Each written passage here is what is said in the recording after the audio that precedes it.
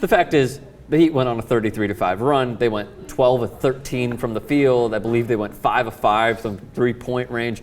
I mean, basically what they were asking Danny Green to do was go 10 of 10 from 3 and try to utilize as much of his game as they could. He almost did it. And he was halfway there.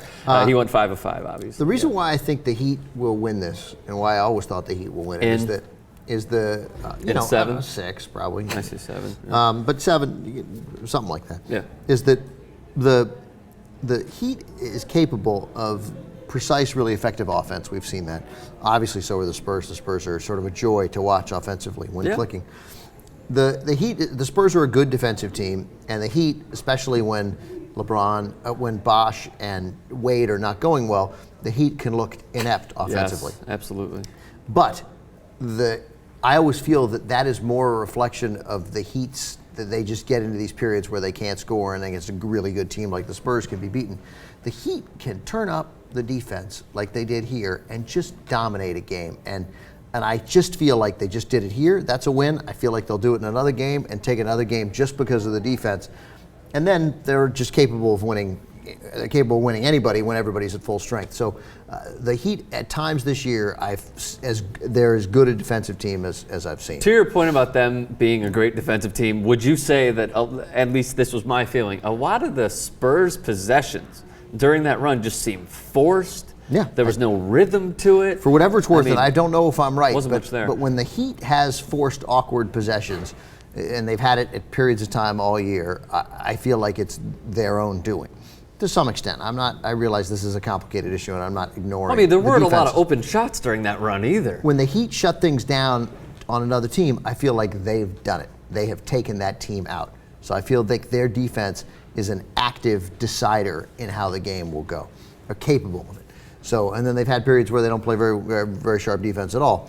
But I think then they yell at Mario Chalmers. I think that's why they're going to win this series. I mean, they're better. Because of their defense. I think one of the defense. reasons they're better is because they have at times special defense, whereas the Spurs defense is just merely good. They have shown through their supporting cast that they need to step up. They need to play better because LeBron, through every pick and roll, by the way, him and Chalmers played fantastic together, and I hate giving Mario Chalmers credit. However, they played fantastic through the pick and roll game. LeBron showed why he is the best player in the league because he showed that even in limited time, he can almost get a triple-double. Not that it matters statistically, but the passes that he made, cross-court, through his hip, I mean, they're so precise, they're so accurate, that it's that split second that'll get Ray Allen an open look or Mike Miller an open look.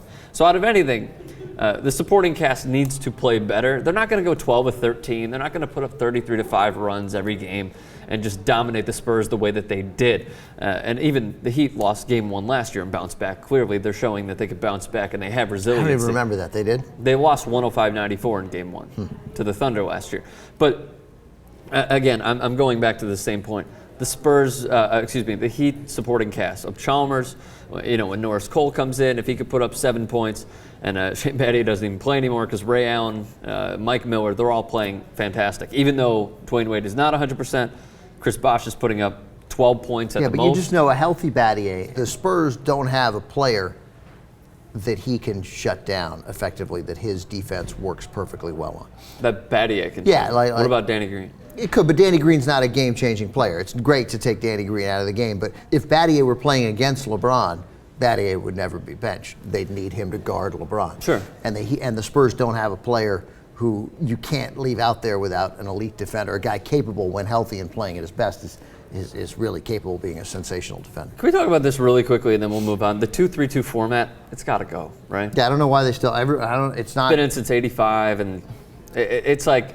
It's kind of like that one rule where the old guys are in power and they just still want to keep it that way. It seemed to me born out of an era where they feared like every playoff series was going to be Boston and LA or Philadelphia and LA.